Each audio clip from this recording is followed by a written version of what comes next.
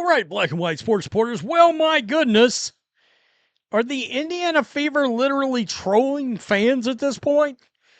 Because, I mean, at this juncture, I've got to believe they're actually trolling fans. If they are not paying attention to the fallout around this team right now, and more so, they're not paying attention to what's going on their social. Look at those ticket prices. $9, $8 for some sections for a Caitlin Clark game. That's not just unusual, that's a complete collapse of demand. And the Indiana Fever's social media team just posted something that made everything worse. We need to talk about what's happening in Indianapolis right now, because this isn't just bad PR. This is a franchise actively destroying its relationship with the fan base that saved it. To members of the front office that people hold directly accountable for the mess that the Indiana Fever are in right now, the only way a fan can take this is that you don't care, you're not listening, and F you. We know you're paying your money, but F you. We know you're upset right now, but F you. We don't care. There it is, the Kelly Krauskopf Lifetime Achievement Award post. The team president who fans are actively blaming for the roster construction issues, the coaching hire they despise, and the perceived mismanagement of Caitlin Clark's rookie season. And the Fever's official account is celebrating her with a congratulations post while the comment section turns into a war zone. But here's what makes this particularly tone-deaf. This isn't happening in a vacuum. Fans aren't just mildly annoyed, they're cancelling trips, they're demanding refunds. They're publicly stating they've lost confidence in the organization. And the response from the Fever? Post an award announcement for the executive they hold responsible. Airplane flight booked. I've canceled all of it because I've got a vote of no confidence in the front office and in the coaching staff. And you are saying when you decide to post crap like this that you don't care what the fans think, or you have zero. Now we're seeing the receipts. Real fans, with real money spent, publicly cancelling their plans. Flights booked, hotels reserved, tickets purchased, all of it getting refunded because they've reached a breaking point with this front office and coaching staff. This isn't Twitter trolls or casual haters. These are paying customers walking away, and the Fever keeps posting. Next up, the Lynn Dunn Inspiring Women Award. An award named after the general manager, who's catching just as much heat as Krauskopf. The timing couldn't be worse, and you have to wonder if anyone in that organization is actually monitoring the response. Yes, just laughed. I mean, it's Kelly earned an award for overpaying Fever players with bloated contracts and not building a proper roster. Question mark? Fire Stephanie White. Wow, this sounds like they need her back. And this, you trolling, right? Come on now. This makes you think, and look, they literally just posted this. Wait until the awards are really coming through on this bad boy. Check out these comments. Fire Stephanie White. You're trolling, right? This makes you think they literally don't care what fans want. And then the really cutting ones about Lynn Dunn herself. The comment section has become a referendum on the entire front office structure. Here's what's significant about this moment. The WNBA has never turned a profit. We still don't know if it's profitable now, even with the Caitlin Clark bump. For a league in that position, alienating your most passionate fan base isn't just bad optics, it's potentially catastrophic for business.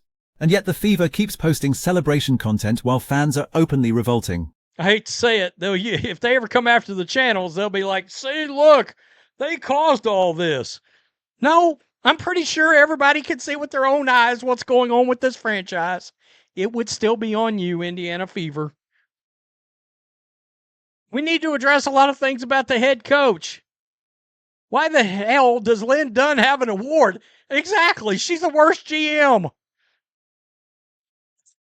F that wench. Not inspiring to me. This is a woman saying this. Does inspiring women include using friendly media mouthpieces? Now let's talk about what fans are actually angry about. Because this isn't just about social media posts. The posts are the symptom. The disease is much deeper. Start with the Kelsey Mitchell situation. Fans have turned on her completely. The comment section is brutal. Replace Kelsey Mitchell with Sonia Centron because Sonia will compliment Caitlyn, not play keep away. Dribble, dribble, dribble, dribble clock. Is Mitchell traded yet? This is the Fever's second best player getting absolutely destroyed by her own fan base. Why? Because fans perceive her as ball dominant, as someone whose style doesn't mesh with Caitlyn's, as someone who got an inflated ego from last season's playoff run. Whether that's fair or not doesn't matter anymore. The perception has calcified, and the Fever's front office hasn't addressed it.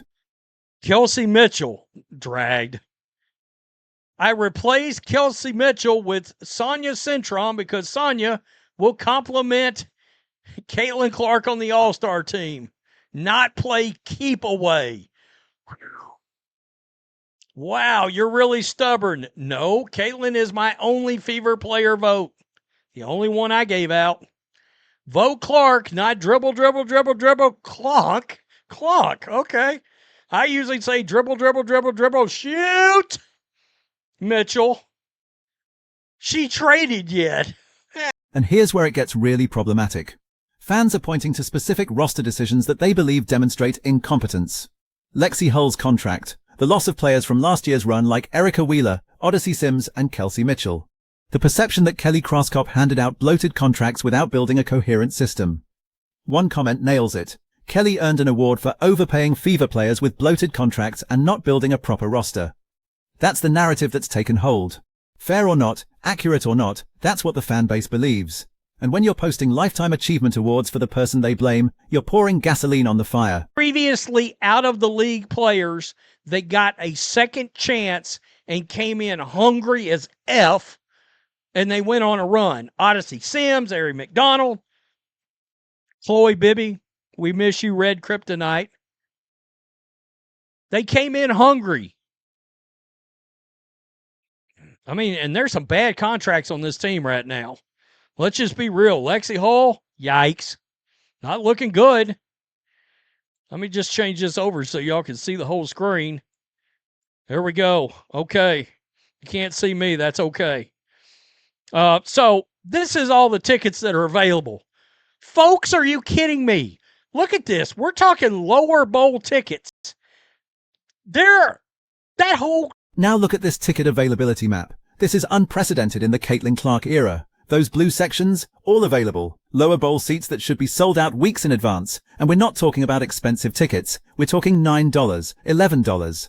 At one point, $8 tickets were available before someone grabbed them. Think about what that means. A McDonald's extra value meal costs more than a ticket to see the biggest draw in women's basketball. That's not market pricing. That's desperation. That's a complete collapse of the premium that Caitlin Clark's presence normally commands. And the creator of this video makes a prediction that's worth considering. He thinks this could be the lowest attended home game of Caitlin Clark's entire WNBA career. Sub 14,000 attendance. For context, Fever games were selling out at 17,000 plus capacity for most of the season. That's a potential drop of 3,000 fans or more. Me looking at this, engaging what I have seen prior, I think there's a chance this is the lowest attended game in the history of the Caitlin Clark era. Since she was drafted, I think there is a chance. I think this could be a sub 14,000 attended game. I don't know if it will be or not. Maybe they'll sell some tickets at the door. But, you know, we got $9 tickets available. Right here, $9.68 tickets. For the cost of an extra. Here's what makes this particularly damaging. The Fever had something special. They had the biggest star in women's basketball, a fan base that was engaged and spending money, and momentum coming off a playoff appearance. All the pieces were there for sustained success both on the court and at the box office. But somewhere along the way, the relationship between the organization and the fans broke down. Maybe it was the coaching hire. Stephanie White came in with expectations, and the team's performance hasn't met them. Maybe it's the roster construction. Fans see a team that doesn't maximize Caitlin's abilities. Maybe it's the media strategy. The way the organization has handled criticism and controversy. Whatever the root cause, we're now seeing the consequences. And they're measurable. Ticket sales don't lie. Comment sections don't lie. Fans canceling trips don't lie. Well, why y'all bringing this up? Because we've never seen shit like this in the Caitlin Clark era. They have jacked all of this up so badly that tickets that used to be like $40 or $50 are like, I've seen tickets as low as $8 for this game. And evidently somebody swooped in to buy an $8 ticket. As low as $8.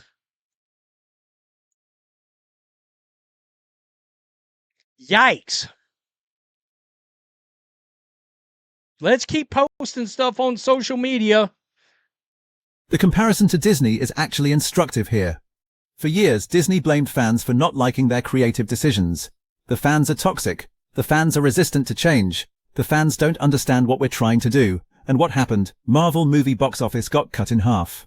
Star Wars became a cautionary tale. The customers voted with their wallets. The Fever are heading down that same path.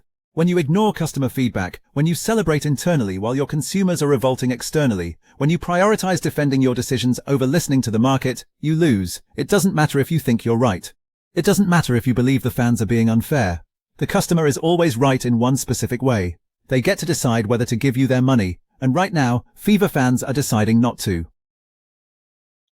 These people are spending money on you, and judging by the climate right now, they're backing out of that at record speed. Indiana Fever, don't be stupid. Do not blame everybody else on your shortcomings. That's a bad way to do business. I've brought this up before. I've watched Disney do that for a decade. And all those big Marvel movies are selling half the tickets now. Star Wars, forget about it.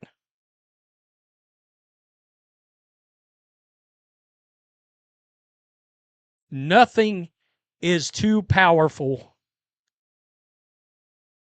If you shit on fan bases, they will make you pay by not supporting you. Tell me what you think. Peace. I'm out. So let's break down what the Fever should be doing right now versus what they're actually doing. What they should be doing. Acknowledge the fan frustration. Not with a generic "we hear you" statement, but with specific actions. Address the coaching situation honestly. Explain the roster philosophy. Show fans that their concerns are being taken seriously at the highest levels of the organization. Create transparency around decision-making. Build trust back one interaction at a time. What they're actually doing. Posting Lifetime Achievement Awards for the executives fans want fired. Celebrating internally while the comment sections burn.